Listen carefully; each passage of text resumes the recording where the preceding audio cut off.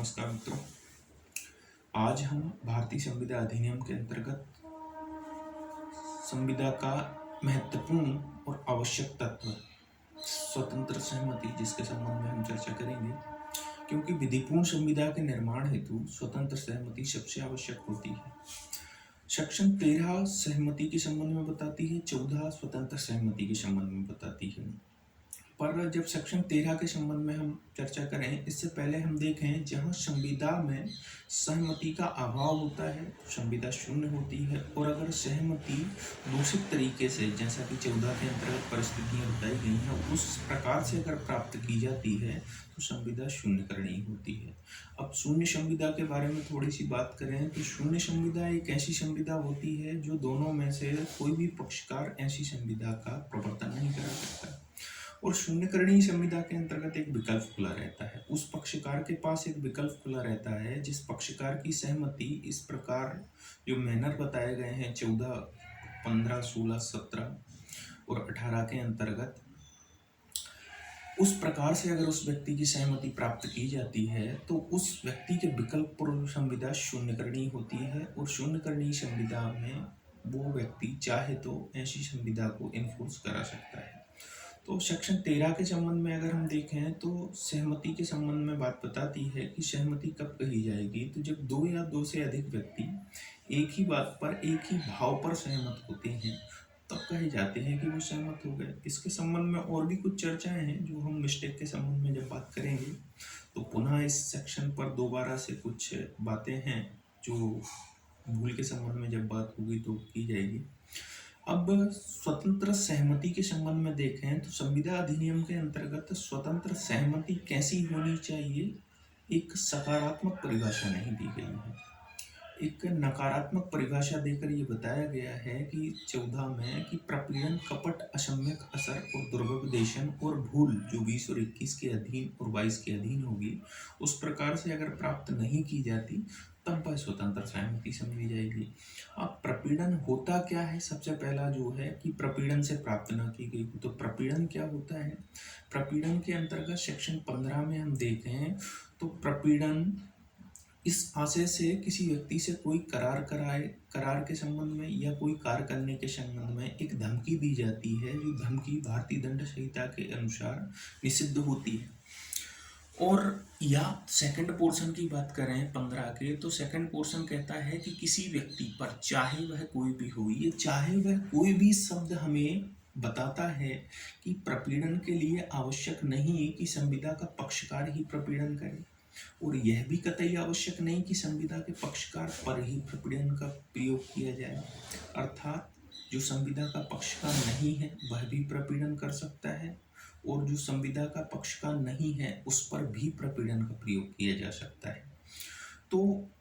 कोई भी हो, उस पर प्रतिकूल प्रभाव डालने के लिए किसी संपत्ति को डिटेन किया जाता है या डिटेन करने की धमकी दी जाती है, तो ये तो प्रपीड़न हो गया।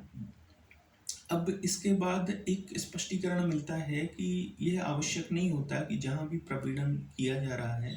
वहाँ पर भारतीय दंड संहिता लागू होना चाहिए, तो ये आवश्यक नहीं होता है, हमें स्पष्टीकरण के माध्यम से पता चल जाता है। उस पर दृष्टांत भी दिया हुआ है कि एक खुले समुद्र में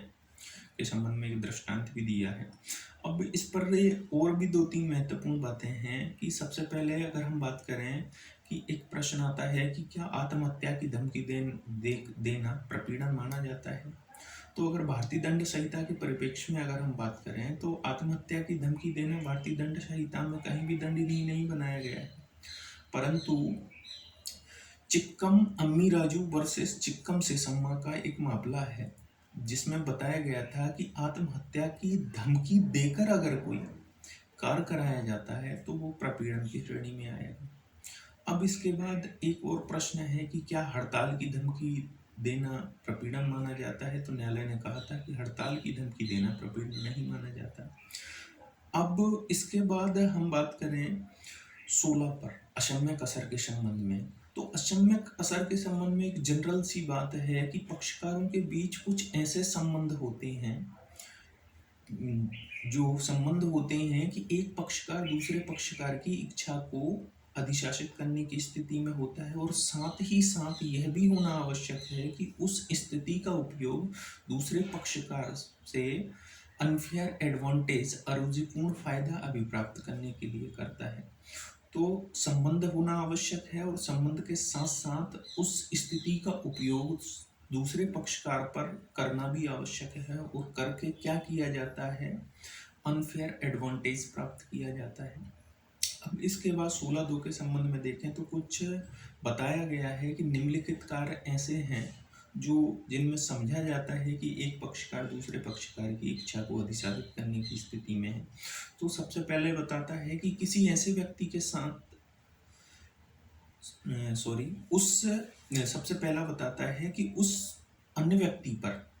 वास्तविक या दृश्यमान प्राधिकार रखता हो,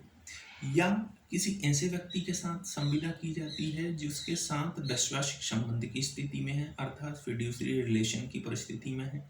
या किसी ऐसे व्यक्ति के साथ संविदा की जाती है जिसकी मेंटली कैपेसिटी पर उसकी एज, इलनेस या मानसिक या शारीरिक कष्ट के कारण स्थायी और अस्थायी रूप से प्रभाव पड़ा हो। ये प्री के दृष्टि से थोड़ा सा महत्वपूर्ण है कि प्रभाव कैसा होना चाहिए, चाहे वो स्थायी हो या अस्थायी हो, दोनों प्रकार से प्रभाव पड़ा हो। ऐसे व्यक्ति के साथ कोई व्यक्ति संविदा करता है तो ये माना जाता है कि जो व्यक्ति संविदा कर रहा है वो असम्यक असर डालने की परिस्थिति में है।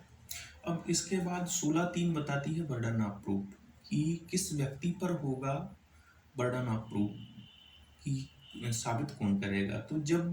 बताता है कि जब पक्षकारों के बीच संबंध होते हैं और संबंध के साथ साथ वो कॉन्ट्रैक्ट करता है, और संव्यवहार जो है देखने से ही क्या है, या फिर जो एविडेंस आते हैं उनके आधार पर लोकात्मक विरुद्ध प्रतीत होता है, तो उस पक्षकार पर है बर्डन ऑफ प्रूफ जो ऐसे व्यक्ति की इच्छा को अधिशासित करने की स्थिति में है। उसे स्वयं ही बताना होगा कि असम्यक असर का असम्यक असर के माध्यम से सहमति प्राप्त नहीं की गई है। अब इसके बाद इस पर एक उपधारा की बात बताई है, कि बताया गया है कि इस उपधारा की कोई भी बात भारतीय साक्ष्य अधिनियम की धारा 111 के उपबंधों पर प्रभाव नहीं डालेगी। इसका कहने का मतलब ये है कि भारतीय साक्ष्य अधिनियम के अंतर्गत अगर आपके बीच संबंध हैं, 111 के अंतर्गत अगर हम बात करें, आपके बीच वैश्वासिक संबंध हैं और इस बीच में आपके माध्यम से कॉन्ट्रैक्ट किया जाता है, तो आप ये साबित कर सकते हैं कि ऐसा कॉन्ट्रैक्ट गुड फेथ में किया गया है, ना कि असम्यक असर डालकर किया गया है। तो ये तो परिस्थितियां थी अपनी प्रपीड़न और असम्यक असर के संबंध में। तो इसके बाद आते हैं हम कपट पर।